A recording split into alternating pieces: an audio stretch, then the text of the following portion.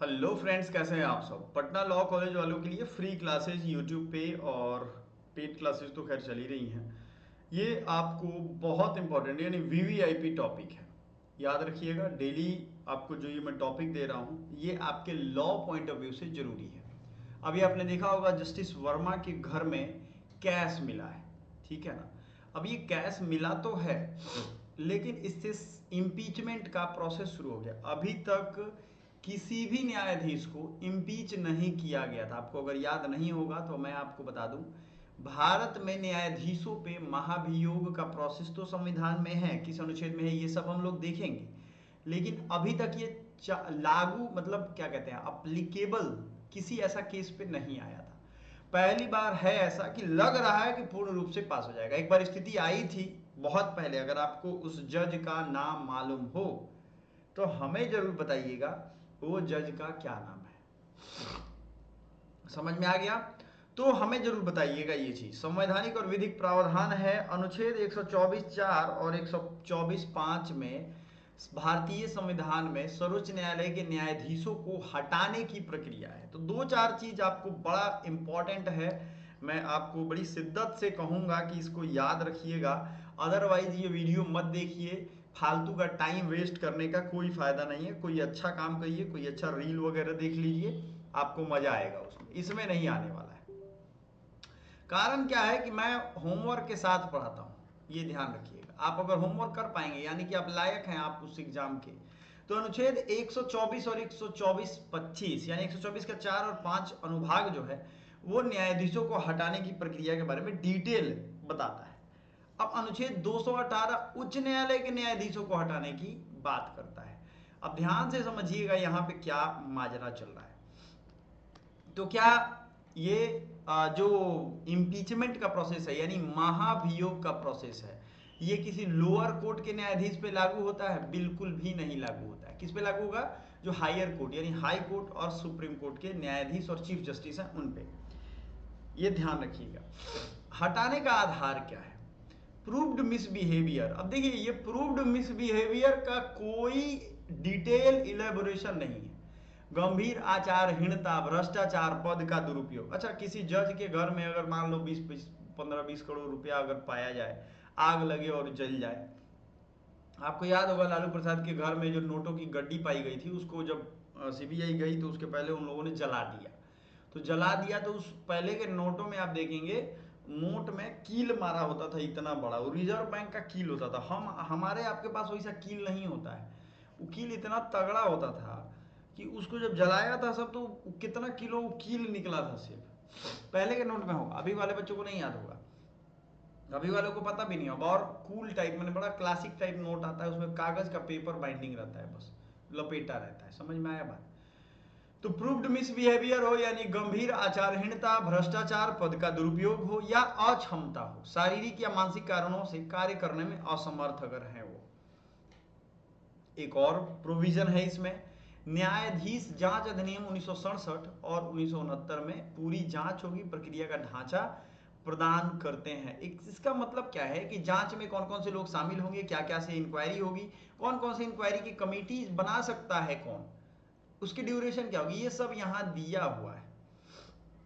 महाभियोग की चरणबद्ध प्रक्रिया समझिएगा इसको, यही चीज लागू हो रहा है आपके लोकसभा राज्यसभा में। जो पुराने उपराष्ट्रपति हैं हमारे, उनकी भी कहानी इसी से जुड़ी होगी, शायद आपको पता चला होगा। तो प्रस्ताव की शुरुआत, प्रस्ताव लोकसभा या राज्यसभा किसी भी सदन में लाया जा सकता है।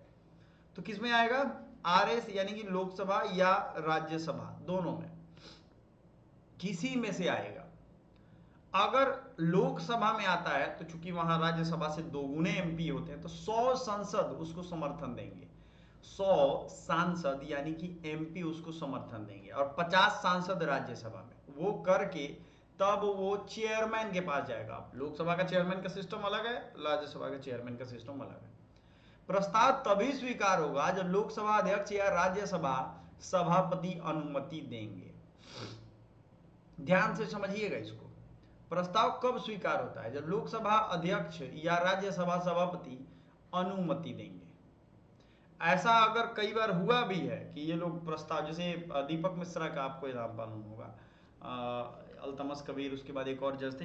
कई बार होता है कि विपक्ष सब साइन करवा के तो दे देता है, विपक्ष में तो है लोग 100-150 लोग, लेकिन वो साइन करके दे देंगे कि हाँ इनको इम्पीचमेंट किया जाए। उसके बाद क्या होता है कि वहां से जो चेयरमैन होंगे या अध्यक्ष या राज्यसभा के सभापति, वो उसको अस्वीकार कर देंगे, तो कोई फायदा होगा? नहीं होगा। वो सर्टिफिकेट होगा, एक सर्टिफिकेट इन द सेंस कि वो अप्रूवल, एक साइन सिग्निफाइड डॉक्यूमेंट होगा जिसको साइन करेंगे, तभी वो, जैसे होता है ना कि उसका अधिकारी का साइन होगा तभी वो माना जाएगा, तब उसको मानेंगे कि हाँ ये अब शुरू होगा इन पे प्रोसेस। अब बनेगा जांच कमेटी। ध्यान से सुनिएगा, प्रस्ताव स्वीकार होने पे 3 सदस्यीय समिति बनाई जाती है जज इंक्वायरी एक्ट 1968 के तहत। एक चीज और यहाँ खास बात है, ये भले संसद भवन में हो लेकिन जज इंक्वायरी एक्ट का बात मानना जरूरी है। सर्वोच्च न्यायालय का एक न्यायाधीश इसमें होगा, एक उच्च न्यायालय का मुख्य न्यायाधीश होगा और एक इमिनेंट जूरिस्ट होगा जो राष्ट्रपति या लोकसभा राज्यसभा के मतलब उनमें हो। सीमित अदालत जैसी कार्रवाई होती है, यानी गवाह बुलाना, सबूत देखना, जीरा करना, खत्म। अब इसमें ये नहीं होगा कि आपको 4 बार मौका दिया जाएगा, आइए तारीख पे तारीख, नहीं, आप अपना पक्ष रखिए, सामने वाला पक्ष रखेगा और बीच में जो सबूत है उसको देखे जाएंगे और जुडिशियरी निर्णय करेगा, काम खत्म हो गया। इसमें कहीं झमेला नहीं है क्योंकि बड़े लेवल की बात है, तो समय थोड़ी कोई खाएगा इसमें। समिति की रिपोर्ट आती है, सदन को सौंपी जाती है, यदि न्यायाधीश दोषी नहीं पाया जाता है तो ये प्रक्रिया यही सब आप, जबकि जनरली मैं कह रहा हूँ ना अभी तक हुआ नहीं है। एक ही जज ऐसे हुए हैं जिन पे चल रहा था, शुरुआत हुई तब तक उन्होंने रिजाइन कर दिया, तो कहानी खत्म हो गई। वही उद्देश्य था, उनको हटाना ही तो उद्देश्य था, तो इज्जत की वजह से उन्होंने पहले ही रिजाइन किया। यदि दोष सिद्ध होता है तो प्रस्ताव संसद में चर्चा के लिए आता है। यदि मान लीजिए कि दोष सिद्ध वो हो गया, अब उस पर चर्चा होगा, तो सांसद हैं, याद रखिएगा, किसी का मजा लेते हैं तो आपने देखा होगा संसद भवन में खूब मजा लेते हैं, उनकी खूब खिल्ली उड़ाते हैं, इनका भी खिल्ली उड़ाएंगे सब। तो बहुत बार केस में ये पहले ही रिजाइन कर देते हैं। संसद में बहस और मतदान, दोनों सदनों में चर्चा होती है। हटाने के लिए प्रस्ताव पारित तो होनी चाहिए विशेष बहुमत से। एक चीज याद रखिएगा, दोनों सदन में चर्चा होगी, जो हटाने का यानी अब फाइनल वोटिंग होगा उसमें स्पेशल मेजोरिटी का यूज किया जाएगा, यानी एब्सोल्यूट मेजोरिटी, सदन की कुल संख्या का 50%। अच्छा, आपको मेजोरिटी और एब्सोल्यूट मेजोरिटी का अंतर पता है? एब्सोल्यूट मेजोरिटी मतलब कुल संख्या, आया हो ना आया हो उससे बहस नहीं है, उसका 50% से अधिक, यानी लोकसभा से पास करना हो तो हम मान के चलते हैं कि 545 होते हैं, इतना ही मान लो, तो इसका कम से कम कितना हुआ? 272, 273 हुआ ना जी, हुआ कि नहीं? 273 चाहिए ही चाहिए, नहीं तो काम यहाँ नहीं बनने वाला है, समझ में आ गया? तो 273 चाहिए, एब्सोल्यूट यही होता है। और जो सिर्फ बहुमत का मतलब है जितने प्रेजेंट हैं उसका बहुमत, समझ में आया कहानी? उपस्थित और मतदान करने वालों का 2/3। एक चीज और, अगर ये हो गया पूर्ण बहुमत से अधिक, और उपस्थित जो है और मतदान करने वालों में वो 66% से ज्यादा होना चाहिए, ठीक है? टोटल अगर हम देखें तो 50% से ज्यादा, और उपस्थित हैं और मतदान किया उन्होंने तो 2/3 बहुमत, स्पेशल मेजोरिटी। ये किसी अलग पॉलिटिकल क्लास में मैंने पढ़ाया हुआ है। स्पेशल मेजोरिटी क्या होता है, संवैधानिक बिल में ये लागू किया जाता है, इसको समझिएगा, ठीक है? तो स्पेशल मेजोरिटी सिर्फ 50% पे नहीं रुकेगा, वो 2/3 वाले क्राइटेरिया को भी पार करता है। किसी एक सदन में भी प्रस्ताव पास नहीं होता है तो प्रक्रिया खत्म हो जाती है। मान लीजिए लोकसभा पास हुआ, राज्यसभा में नहीं हुआ, तो प्रक्रिया खत्म। राष्ट्रपति की मंजूरी उसके बाद मिलती है, राष्ट्रपति विल जो उनको परमिशन देंगे। जब दोनों सदन विशेष बहुमत से प्रस्ताव स्वीकार करते हैं तो राष्ट्रपति आदेश जारी कर न्यायाधीश को पद से हटा देते हैं, तभी वह न्यायाधीश आधिकारिक रूप से पद मुक्त होता है। अब होता यह है कि जब वो साइन करेंगे दोनों तरफ से आदेश आने के बाद, उसके बाद इनका आदेश जारी होगा और वो जो है न्यायाधीश आधिकारिक रूप से पद मुक्त होता है। महत्वपूर्ण तथ्य है, यह प्रक्रिया जानबूझकर लंबी और कठिन रखी गई है ताकि न्यायपालिका की स्वतंत्रता बनी रहे। हाँ, भले कम है इसमें स्टेप्स, लेकिन लंबी, और चूंकि समिति बनाई जाएगी, उसकी रिपोर्टिंग होगी, सबको बुलाया जाएगा, इस सब में टाइम लगता है। ऐसा नहीं कि आज समिति बना कल जांच होगा काम। मिलिट्री कोर्ट समझते हैं आप? मिलिट्री में जब कोई केस होता है, जैसे मान लो कोई सैनिक है, उसने किसी ऑफिसर पे हाथ उठा दिया, तो उसका कोर्ट मार्शल होता है। कोर्ट मार्शल अगले ही दिन आता है, कोई उसमें नाम नहीं है। उनका जो कोड है मिलिट्री कोड 1950 के पहले पास हुआ था, भारत आज़ाद हुआ उसी समय उनका नियम आया। उनका Indian navy act, Indian army act, Indian air force act है। उसके अकॉर्डिंग तुरंत सभा बुलाई जाएगी, जो 5-10 ऑफिसर होंगे और उनके तरफ से एक वकील रहेगा, इनके तरफ से एक वकील रहेगा, काम खत्म हो गया। वो अपना एक हियरिंग में बोलेगा कि इस पे दोष है, इसने ऐसे किया है, इसके अकॉर्डिंग ये केस होना चाहिए, और सजा भी वो अपने हिसाब से दे देगा। उसका सीधा जो है हाई कोर्ट या सुप्रीम कोर्ट में, सुप्रीम कोर्ट तक बात जाएगा, वो बीच में लोअर कोर्ट में वो अपील नहीं होता है। समझ में आ रहा बात? तो यही चीज है, वो चीज नहीं होगी, यहाँ लंबी रखी जाएगी, लेकिन न्यायपालिका की स्वतंत्रता बनी रहे। आज तक भारत में ऐसा कोई भी न्यायाधीश महाभियोग के जरिए नहीं हटाया गया, रिजाइन कर देते हैं लोग या हट जाते हैं, ये चीज है। न्यायमूर्ति वी रामास्वामी का मैं बात आपसे पूछ रहा था, ये लोकसभा प्रस्ताव गिर गया राज्यसभा में, कांग्रेस ने मतदान से परहेज किया। न्यायमूर्ति सौमित्र सेन, ये कलकत्ता हाई कोर्ट में 2011 के न्यायमूर्ति थे, यानी जज थे। राज्यसभा ने प्रस्ताव पास किया, लेकिन उन्होंने लोकसभा में मतदान से पहले इस्तीफा दे दिया, तो काम खत्म हो गया, इसको पूरा प्रोसेस हुआ ही नहीं। न्यायमूर्ति पीडी दिनाकरन थे, प्रक्रिया शुरू हुई पहले, लेकिन उन्होंने पहले ही इस्तीफा दे दिया। समझिए इस चीज को। तो होशियार लोग हैं, सोचते हैं इज्जत खराब हो, उससे बढ़िया है कि इसको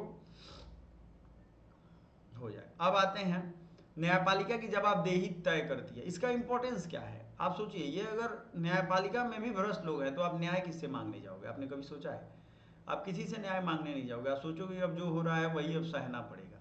लेकिन साथ ही स्वतंत्रता, इंडिपेंडेंस ऑफ जुडिशरी का भी ध्यान रखा जाता है। कार्यपालिका विधायी के मनमाने हस्तक्षेप से सुरक्षा देता है। ऐसा नहीं है कि जब मन तब किसी जज को हटा देंगे, तो फिर दिक्कत हो जाएगा। इनका भी केस उसी सुप्रीम कोर्ट हाई कोर्ट में चलता है, तो उधर जाके रोने लगेंगे जज के सामने। तो इधर चेक एंड बैलेंस का सिस्टम, सुपीरियोरिटी ऑफ कॉन्स्टिट्यूशन है। कॉन्स्टिट्यूशन सबका माई बाप है, ना कोई नेता माई बाप है इस देश का। मूर्ख जनता है, उसको लोग मूर्ख भले बना देते हैं, लेकिन जनता को अगर पढ़ा लिखा दे, जो नेतवा नहीं करते हैं सब, तो कोई जनता उनका बहाल चाल लेगा नहीं, सीधे वोट देने जाएगा उस दिन पहले से सोच के रखेगा कि अच्छा बेटा तुम इस मुद्दे पर उड़े हो, देख लेते हैं और क्या है माहौल, इनको बताते हैं। आज तो होता है गांव में, आप देखते होंगे, गांव से तो जुड़े ही होंगे, कि बिहार वार में वोटिंग हो तो सब पता के जीता था, ओकरे के जिता दिया। इस तरीके की हालात है। इंग्लिश में भी ये है। नोट्स अगर चाहिएगा तो कमेंट करिएगा, आपको नोट्स दे दिया जाएगा। कमेंट नहीं करेंगे, नोट्स नहीं मिलेगा। जय हिंद, जय भारत, खुश रहिए, आनंदित रहिए, मस्त रहिए।